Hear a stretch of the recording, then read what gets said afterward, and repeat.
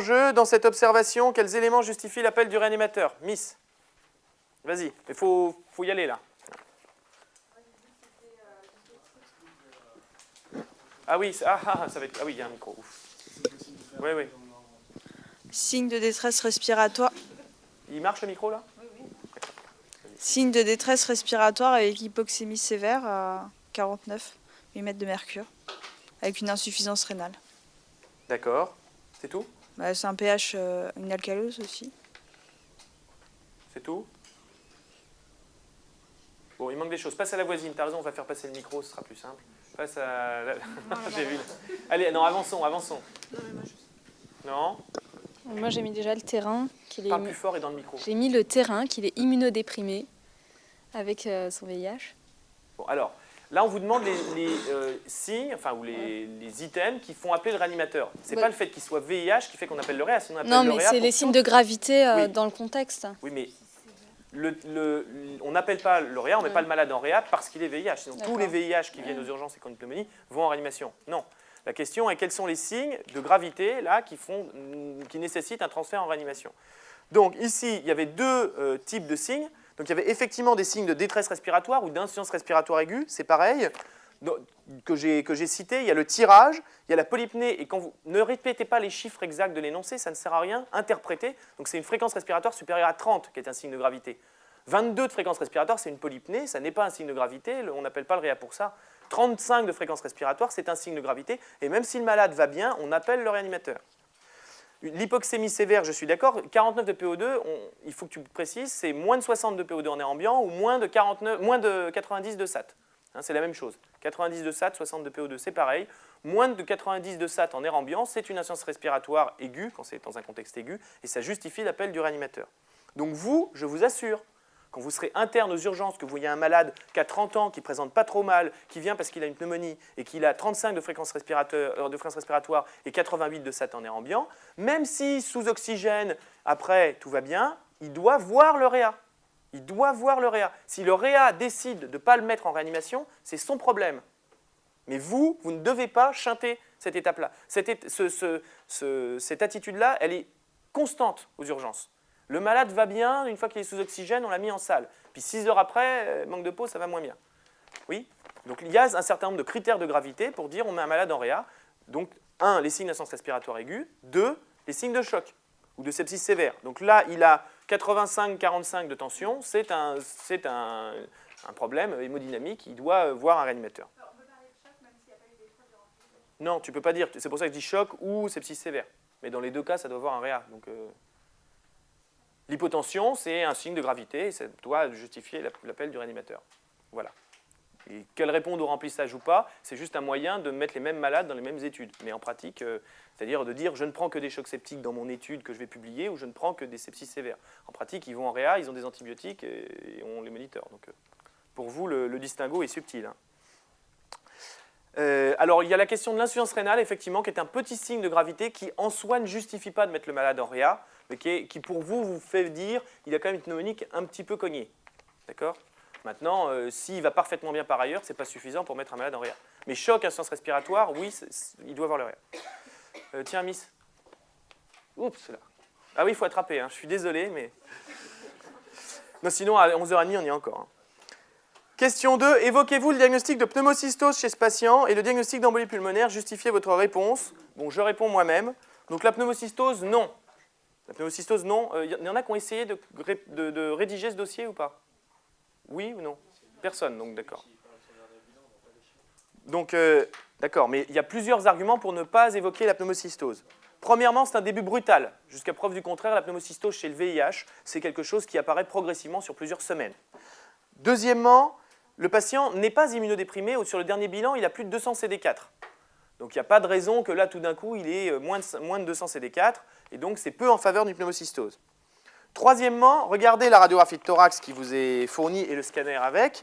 Il a un foyer de condensation alvéolaire unilatérale.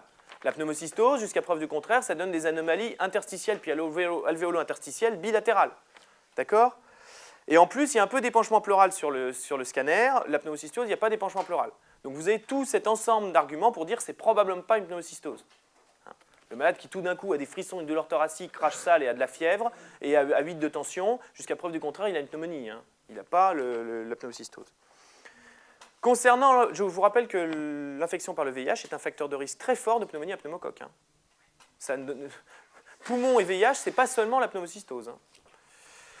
Concernant l'embolie pulmonaire, eh bien non, là encore. Pourquoi? Parce qu'il n'y a pas de facteur favorisant. Il n'a pas d'alitement, il n'a pas de plâtre, il n'est pas immobilisé, etc. Deuxièmement, il a un syndrome infectieux franc. Il a 39,6, il a des frissons. Ce n'est pas très en faveur d'une embolie pulmonaire. Ça pourrait être un infarctus pulmonaire surinfecté. C'est vrai, mais bon, là on tombe dans le... Jusqu'à preuve du contraire, il a une pneumonie. Hein. L'auscultation pulmonaire est anormale. Et la radiographie de thorax est anormale. On est dans l'inverse du dossier de tout à l'heure.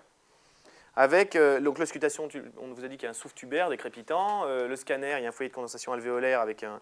Bon, etc., etc. Et puis, il n'y a pas de signation cardiaque droite, alors qu'il a une hypotension. S'il avait une embolie pulmonaire grave avec une hypotension, il aurait une turgescence jugulaire, etc., etc. Oui? Je vais trop loin dans ce que je vous explique. Je suis juste en train de vous refaire embolie pulmonaire, pneumocystose, pneumonie. Allez, quel est votre diagnostic? Ça, je ne vais pas mettre un bonbon en jeu là-dessus, c'est trop facile. Je mettrai le bonbon en jeu sur la question 4. Tiens. Quel est votre diagnostic? Donc le diagnostic, c'est pneumonie ou pneumopathie bactérienne ou pneumopathie infectieuse, c'est pareil, tout ça. Donc il y a 3 points pour ça, mais il y a des mots-clés à rajouter. Aigu, bon, communautaire. Qui a oublié? Personne n'a rédigé ce dossier. Donc vous pouvez tous lever la main en disant « moi, je n'ai pas oublié ».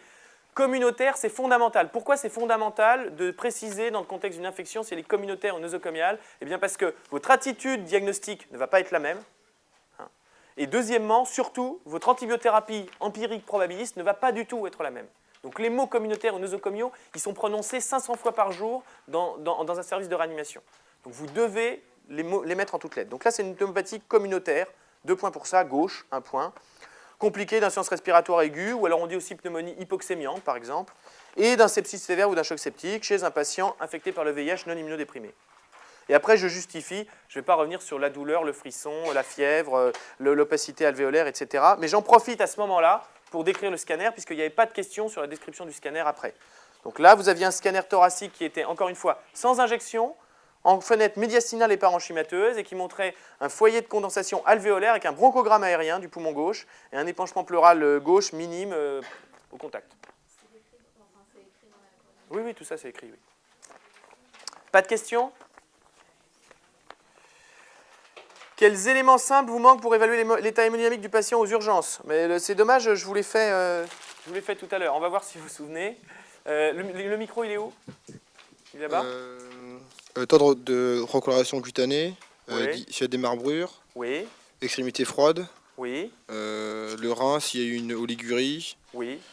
trouble de la conscience, Oui. s'il y a une cyanose. Oui. Il en manque un? Les lactates. Oui. Ça, c'est le dossier d'avant. Non, j'ai bien fait de reposer la question. L'état de choc, l'état hémodynamique d'un patient s'évalue sur la pression artérielle, la fréquence cardiaque, les signes cutanés qui englobent marbrure, extrémité froide, cyanose périphérique, temps de recoloration cutanée, tout ça c'est pareil, la durée horaire et le lactate. Vous vous basez sur ces paramètres simples pour dire le malade a une hémodynamique satisfaisante ou pas, il circule bien, il ne circule pas, il est en choc, il n'est pas en choc, vous appelez ça comme vous voulez, mais c'est grosso modo ces 5 items-là. Je suis d'accord pour les troubles de conscience, mais les troubles de conscience c'est tellement aspécifique, et puis c'est tellement peu quantifiable. Une pression artérielle, tu mets un chiffre, une diurèse, tu mets un chiffre, un lactate, tu mets un chiffre. Va mettre un chiffre sur des troubles de conscience. Ah, il est un peu somnolent, il est plus somnolent, il est moins somnolent. Tu ne peux pas. Donc oui, ça fait partie des signes de choc, mais ce n'est pas les éléments simples qu'on utilise en routine toutes les 4 heures pour évaluer l'état hémodynamique. D'accord? Je te donne ton bonbon, mais tu as oublié le lactate, tu vas me rendre la moitié du bonbon. Tiens. Hein? Passe le micro à ton collègue. Bon, la question d'après, je vous la fais parce qu'elle est un peu longue, et puis tu me feras la question 6. Si. Chut. Donc, que pensez-vous de la fonction rénale du patient? Quelles explorations feriez-vous à ce sujet? Donc là, on a toute la néphro à faire, puisque c'est orientation diagnostique devant une insuffisance rénale. Hein. Donc là, je vous fais rapidement, mais tout est marqué là, tout est marqué. Chut. Je vous fais la démarche diagnostique devant une insuffisance rénale. Je fais du transversal ce soir. Quand on a une insuffisance rénale, la première question c'est... Non, pas aiguë chronique, c'est bien toléré ou mal toléré. C'est-à-dire, est-ce que le malade a une hyperkaliémie avec des signes ECG de gravité ou est-ce qu'il est en OAP? S'il a ça, il doit être dialysé tout de suite et on réfléchira après pour savoir si elle est aiguë ou chronique. Donc 1, bien toléré ou pas. Donc là, je disais, le patient a une insuffisance rénale bien tolérée, kaliémie normale, pas d'argument pour un OAP de surcharge. Deuxièmement, est-ce qu'elle est aiguë ou chronique? Les arguments pour dire que c'est aigu ou chronique, c'est l'histoire du patient, les créates antérieures, et puis la taille des reins à l'échographie surtout, et des petits signes qui sont la présence d'une anémie ou d'une hypocalcémie qui sont plus fréquents qu'en cas d'insuffisance rénale chronique. Attention, ces signes sont pris facilement en défaut.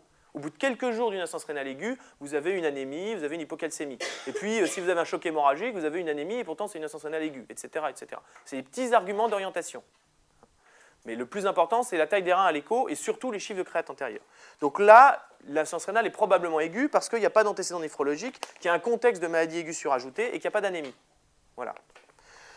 Donc si c'est aigu, très bien. Il pourrait quand même avoir une insuffisance rénale chronique, ce patient. De quel type? Quelqu'un a une idée? Quelqu'un lève la main et puis je donnerai le bonbon et je répondrai. Vas-y. Il pourrait avoir une IVAN, une hyalinose liée au VIH, HIV associative néphropathie. Hein, ça se voit chez les malades qui sont très immunodéprimés, ça donne des gros reins, c'est une des causes de néphropathie chronique à gros reins, avec une protéinurie abondante, néphrotique, et ça évolue assez rapidement. Ça se voit de moins en moins, puisque avec la trithérapie, quand même, on a de moins en moins de patients très immunodéprimés, mais ça se voit. Donc il pourrait avoir une IVAN. Il pourrait avoir autre chose qui ne serait pas coté, là, c'est une atteinte tubulo-interstitielle chronique liée au viréad. Il a du viréad, non, dans son traitement? Je dis pas de bêtises? Oui, le ténofovir, ça donne une atteinte rénale. Bon, ce ne serait pas coté, ça. Hein. Je l'ai mis pour le fun. Oui, bien sûr, tu vas avoir ton bonbon. Mais je mets donc que pour être sûr que c'est aigu, il faut récupérer les chiffres de créatinine antérieure, mesurer la calcémie et faire une échographie rénale. Donc il y a 3 points pour faire une échographie rénale. Dans tous les cas, si c'est aigu, même si c'est chronique, mais en tout cas si c'est aigu, il faut aller éliminer un obstacle. Donc il faut faire l'échographie rénale, voir si le patient a des signes fonctionnels urinaires, faire un toucher rectal, etc., etc. Et éliminer le globe vésical. Et enfin, si c'est bien une insuffisance rénale aiguë non obstructive, la question qui vient ensuite, c'est est-ce qu'elle est organique ou fonctionnelle? Et donc la différence sur organique-fonctionnelle, elle se fait un petit peu sur le contexte. Est-ce que le malade a la diarrhée, prend des diurétiques, etc. Un petit peu sur les signes clinico-biologiques de déshydratation, l'hypotension orthostatique, l'hypotension, la perte de poids, la tachycardie. Non mais tout est noté là. Et un petit peu sur le profil urinaire, vous savez, le NA sur K dans les urines, le U sur P de l'urée supérieur à 10, le U sur P de la créate supérieur à 40, le rapport urée sur créate dans le sang supérieur à 100, etc. Et surtout, l'argument formel pour dire qu'une insuffisance rénale est fonctionnelle, Miss, qui se gratte l'épaule. Non? Le seul argument formel pour dire qu'une insuffisance rénale est fonctionnelle, la voisine. Chut, la voisine veut gagner un bonbon. Je n'ai pas entendu.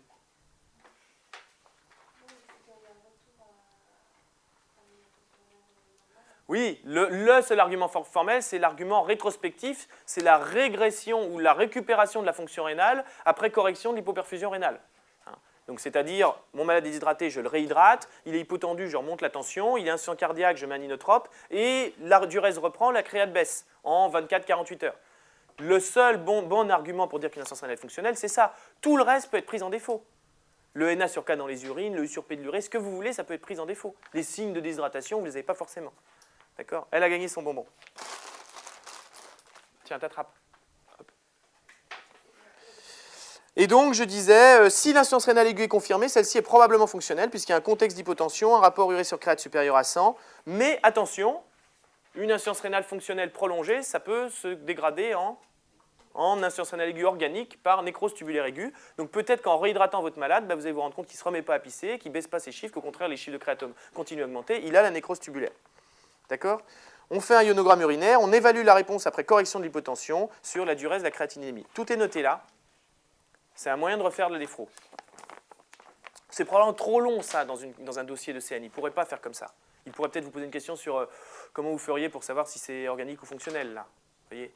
Mais il ne pourrait pas se lancer dans toute la néphrologie ma vie, mon œuvre.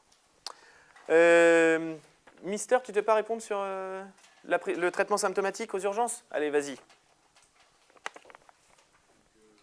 Donc en gros, c'est le traitement symptomatique aux urgences d'un malade VIH non immunodéprimé qui vient avec une pneumonie grave, avec un peu d'hypotension et de l'hypoxémie. Donc, hospitalisation en urgence? Oui. Voie veineuse Alors là, on dit aux urgences, oui, d'accord, oui. Ouais. Vas-y. Voie veineuse périphérique? Oui. Remplissage vasculaire, puisqu'il Oui, est en choc. Oxygénothérapie, oui. puisqu'il désature. On va faire un traitement étiologique avec une Là, antibiothérapie. c'était symptomatique qu'on te demandait. Ah ouais. Symptomatique. Bon, grosso modo, tu as bon, mais enfin, tout le monde aurait bon à mettre de l'oxygène et une voie veineuse à quelqu'un qui est grave. Il faut essayer d'être un peu plus carré, d'aller un peu plus loin. Donc, la prise en charge en urgence, c'est le repos au lit. Alors là, merci Conf+, ils m'ont rajouté les mots mise en condition. C'est-à-dire qu'ils se permettent de corriger mes corrections après. Et je maintiens qu'il ne faut pas marquer mise en condition. Ça, y a jamais vous n'aurez jamais de points pour les mots mise en condition. Ce n'est pas possible. Hein. Donc, repos au lit, décubitus dorsal. Bon, quand le malade est hypotendu, on l'allonge. Hein. En général, c'est la première chose que fait l'infirmière. Tout ça, c'était pas coté. L'oxygénothérapie, 2 points, oubli égale 0. Au masque à haute concentration, a priori, puisque là, il est très hypoxémique, pour obtenir une saturation. Donc, encore une fois, il faut avoir des objectifs en réanimation. Les objectifs de saturation dans une insuffisance respiratoire aiguë chez un malade à poumon sain en dessous, c'est au moins 92-94 de SAT. Alors que chez un BPCO, c'est 88 à 92, vous savez. Le monitoring cardio-tensionnel, donc il faut que le malade soit scopé, il faut qu'il ait un monitoring de la saturation, il faut qu'on monitore sa diurèse. Et puis, on lui pose 2 voies veineuses périphériques. Un malade qui est hypotendu, c'est 2 voies veineuses périphériques pour pouvoir le remplir plus rapidement, etc. Une sonde urinaire et on le laisse à jeun, puisqu'il est à risque de s'aggraver. Et puis, on corrige l'hypotension. Donc, effectivement, il y a 4 points pour remplissage vasculaire en urgence. Alors, qu'est-ce que tu mets comme remplissage? Qui met du sérum-phi? Qui met du plasmion, de l'LOS, de la gélofusine, une macromolécule? Vous pouvez aussi, hein. Personne n'a jamais montré qu'il fallait mettre l'un ou l'autre. Donc le remplissage vasculaire, c'est l'un ou l'autre. Oui, vous n'allez pas à vous poser de questions le jour de l'ECN. Et là encore, il faut mettre un objectif. Donc tu mets un objectif pression artérielle moyenne supérieure à 65 mm de mercure et durée horaire supérieure à 0,5 ml/kHz. Et enfin, à la fin, tu marques transfert rapide en réanimation. Parce que là, grosso modo, ton malade, il ne va pas bien, tu appelles le réa, tu dis à l'infirmière de le perfuser, tu le scopes en même temps, tu le remplis, tu mets l'oxygène, et puis dès que possible, il passe en réa. Oui? Donc il passe en réa, il est intubé immédiatement en raison d'une aggravation de son hypoxémie. Quels nouveaux examens complémentaires réalisez-vous? Donc je vais vous le faire parce que ça fait un peu liste. Donc en gros, un choc septique, il y a un certain nombre d'organes qui peuvent être touchés. J'en parle pas dans les... Voilà. Je vérifie. Voilà, très bien. Donc un choc septique, il y a une défaillance hémodynamique par définition. Les autres organes qui peuvent être touchés sont le rein, avec une insuffisance rénale aiguë fonctionnelle, éventuellement une nécrose tubulaire aiguë, avec une insuffisance rénale aiguë organique. Vous avez le poumon, le choc septique, par l'inflammation qu'il crée, donne au niveau du poumon un bonbon en jeu. Attention, je choisis ma victime, toi. Je n'ai pas écouté la question. On se croirait dans les inconnus. Non, mais si tu n'as pas écouté la question, ne donne pas la réponse, parce qu'on va comprendre que c'est la voisine qui a soufflé. Donc, ça donne quoi un choc septique au niveau du poumon? Ça donne un œdème pulmonaire lésionnel. Et quand cet œdème pulmonaire lésionnel est sévère, ça s'appelle un SDRA. Tiens. D'accord? Donc, le cœur, enfin le cardiovasculaire, le poumon, le rein, le foie, ça donne un foie de choc. Ça donne quoi le foie de choc? Ça donne une cytolyse prédominante sur les azates, une chute des facteurs de la coagulation avec des risques de saignement au point de ponction, des cathés, etc., et des hypoglycémies. Ensuite, il peut y avoir une défaillance hématologique, c'est-à-dire une CIVD. Il peut y avoir une défaillance endocrinienne au sens large, avec une hyperglycémie de stress. Et maintenant, tous les services de réanimation ont adopté des protocoles de contrôle glycémique plus ou moins stricts, mais enfin les malades ont en général de l'insuline à seringue électrique. Et puis, toujours dans la défaillance endocrinienne, il y a ce qu'on appelle l'insuffisance surrénale relative, qui fait que les patients ont assez facilement des corticoïdes à dose substitutive. D'accord? Donc le cœur, enfin le cardiovasculaire, les poumons, le rein, le foie, l'hémato, l'endocrinien. Et il y a aussi, en sus, je dirais, une atteinte cérébrale qu'on appelle l'encéphalopathie septique, qu'on voit peu quand même, parce que les patients sont intubés, sédatés. Mais pour ceux d'entre vous qui font de la chirurgie, le patient qui a été opéré d'une suture digestive pour je ne sais pas quelle tumeur ou ce que vous voulez, et qui va bien, et qui 10 jours après ou 15 jours après devient confus, l'un des grands diagnostics, c'est qu'il ait lâché ses sutures ou qu'il ait fait l'abcès du Douglas ou ce que vous voulez et qu'il ait sepsis intrapéritonéal. Hein. Donc l'encéphalopathie septique, ça existe. Donc vous, dans les examens que vous faites, vous devez évaluer le retentissement du choc septique, point par point. Donc le retentissement hémodynamique, il faut le lactate, faut évaluer la volémie, faut faire une échographie cardiaque, etc. Le retentissement respiratoire, faut des gaz du sang, bon. Le retentissement hépatique, faut les transats, etc. Bon, je les ai tous faits, mais vous les verrez dans la case, mais il n'y a rien de très, très nouveau. J'aimerais en revanche revenir sur la défaillance hémodynamique. C'est la seule fois de votre vie que, pour ceux qui ne feront pas de réanimation, que vous entendrez parler un petit peu de physiologie cardiovasculaire, hémodynamique et consorts. La pression artérielle, c'est quoi?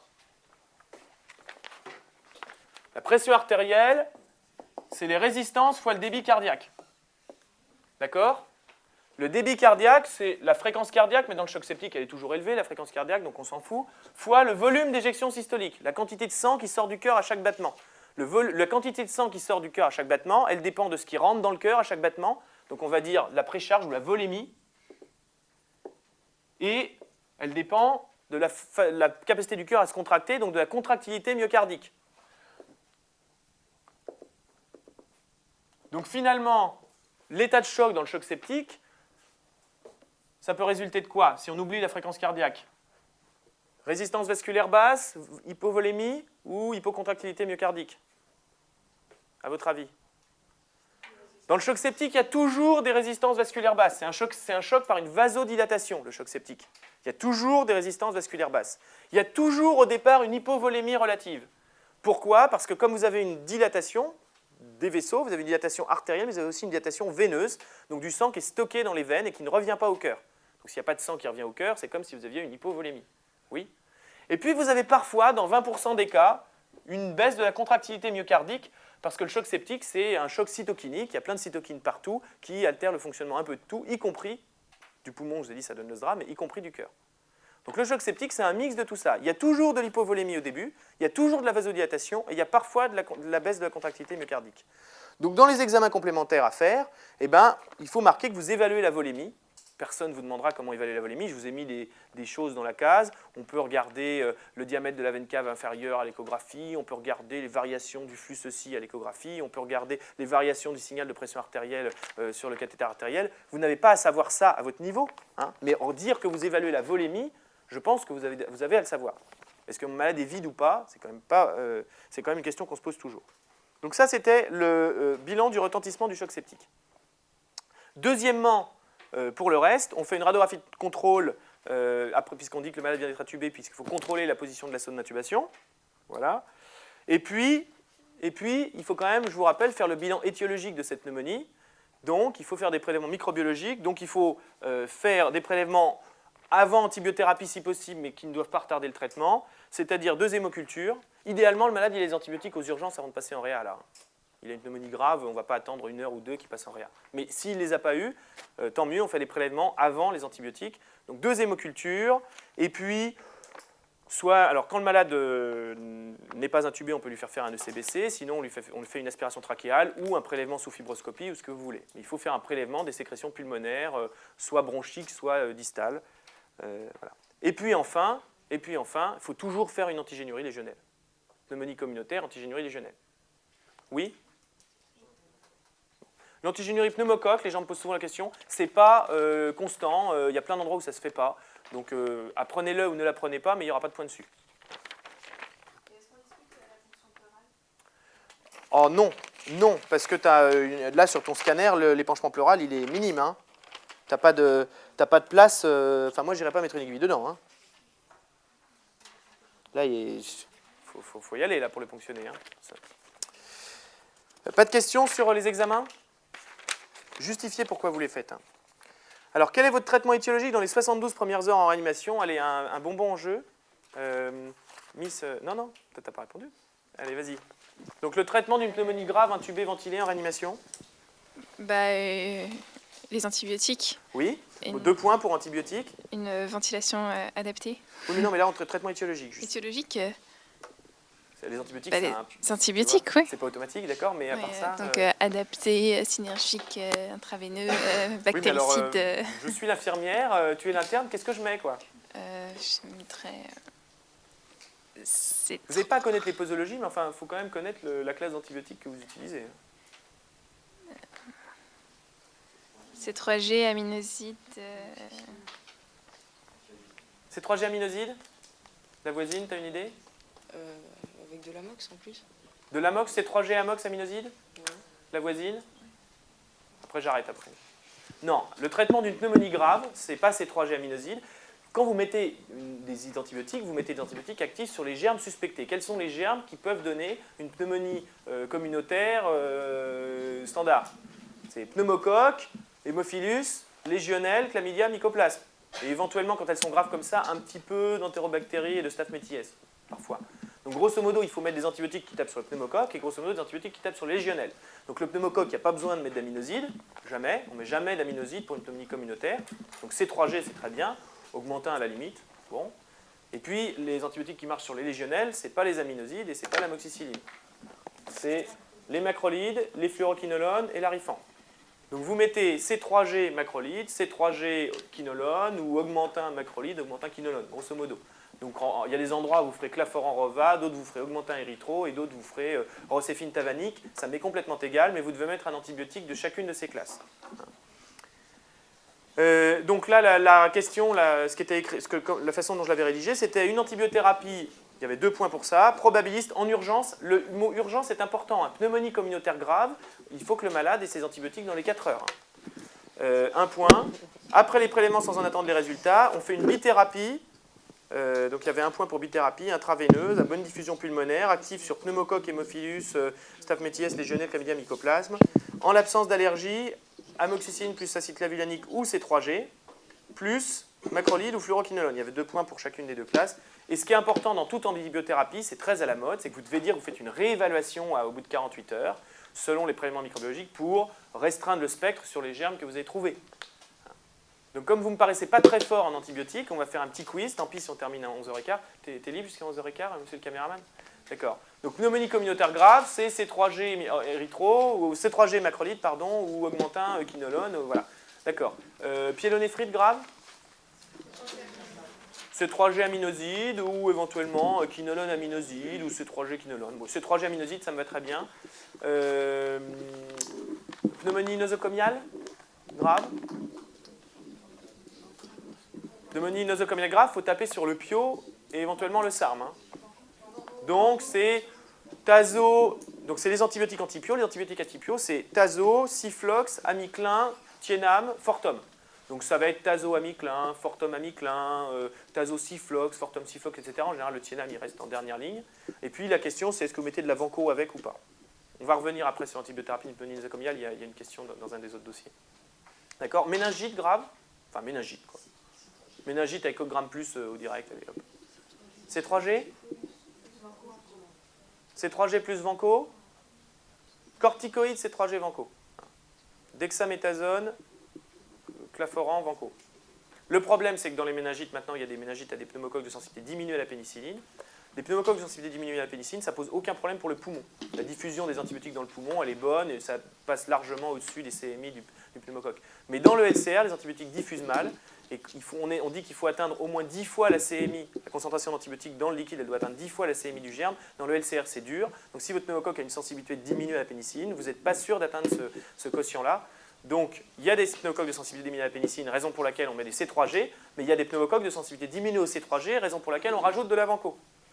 Et on met des corticoïdes avant pour éviter la libération de cytokines, l'aggravation de l'œdème cérébral, etc. D'accord. Qu'est-ce que j'ai pas fait comme infection là? Papillonéphrite, je sais pas moi, la péritonite? Péritonite grave? Augmentin flagile, tazo, claforan flagile. Bon, d'accord. Ok. Question 9. Allez, t'as quand même gagné ton bonbon, je suis sympa. Finalement, à la 24e heure, le bilan infectieux conclut à une légionellose. Le patient est toujours sous ventilation mécanique en 80% des FiO2 sous noradrénaline. Donc en grosso modo, il est grave. Hein. Quel est votre traitement étiologique? Tiens, fais passer le micro devant alors. Donc traitement étiologique d'une légionellose grave. Bonbon en jeu.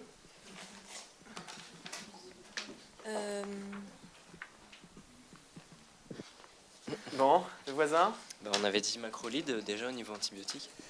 Ah oui, alors c'est vrai que je vous ai aidé. D'accord. Donc c'est antibiothérapie parentérale intraveineuse, à bonne diffusion pulmonaire, active sur les légionnelles. Donc En général, pour une légionellose grave, on fait une bithérapie. Donc tu peux mettre un macrolide plus... Qu'est-ce que j'ai dit tout à l'heure? Ben, c'est 3G par... Pas C3G. Non. Les antibiotiques actifs sur la légionelle, non mais c'est bien, c'est les Fluoroquinolone. macrolides, les quinolones ou la Rifan. Donc tu vas faire macrolide quinolone ou macrolide Rifan ou fluoroquinolone Rifan. D'accord? Il manque un truc. Chut, il n'y a que lui qui répond. La voisine. Traitement d'une légionellose. Enfin, traitement. Déclaration obligatoire. Ah, bah oui, mais alors ça c'est le genre... Il faut bien le mettre quelque part. Non, non, mais ça fait partie de la prise en charge du thérapeutique d'une légionellose. Tu le déclares, ils vont faire l'enquête, etc., etc. Il faut le mettre quelque part. Ne compte pas sur les correcteurs pour te mettre quelle mesure doit être associée, tu vois, quelle mesure réglementaire doit être associée, etc., etc. Allez, tiens. Oh, pardon, désolé. Tiens, tiens, tiens, tiens. Oui, tu as le droit d'en avoir un, tiens. C'est bon, tu l'as ramassé? Tiens, tiens, tiens, tiens, on va par là, tiens. Allez, on continue. Donc là, excusez-moi, je veux que vous rentriez avec des messages très simples chez vous. Hein. Un état de choc, c'est la pression artérielle, la fréquence cardiaque, le lactate, les marbreux, la diurèse. La légionellose, c'est quinolone, macrolide, Rifan et une déclaration obligatoire. La pneumonie grave, c'est une bithérapie, C3G, macrolide ou C3G quinolone, etc. Il faut des trucs très très simples. Hein. Très très simples. Et si on lit juste des macrolides, par exemple, il y a des chances que la légionelle soit quand même... ça suffit. Est-ce qu'une monothérapie par macrolide est suffisante pour une légionellose grave? Il n'y a pas de réponse à cette question dans la littérature ni dans le monde. Il est conseillé de mettre plutôt une bithérapie. Je pense que tu n'aurais pas de points en moins si tu mettais une monothérapie. Mais je pense que tu n'auras pas de points en moins non plus si tu mets une bithérapie. Il y a quand même beaucoup de gens qui mettent une bithérapie pour une légionellose grave. Donc ne cherche pas les coups. C'est 21 jours le traitement d'une légionellose grave. C'est 14 à 21 jours. Quand ils sont graves, c'est 21 jours. Le pneumocoque, c'est 7 à 10 jours. Hein. Donc la pneumonie à pneumocoque, 7 jours de clamoxyle, c'est bon. Allez, ça va, vous tenez le coup?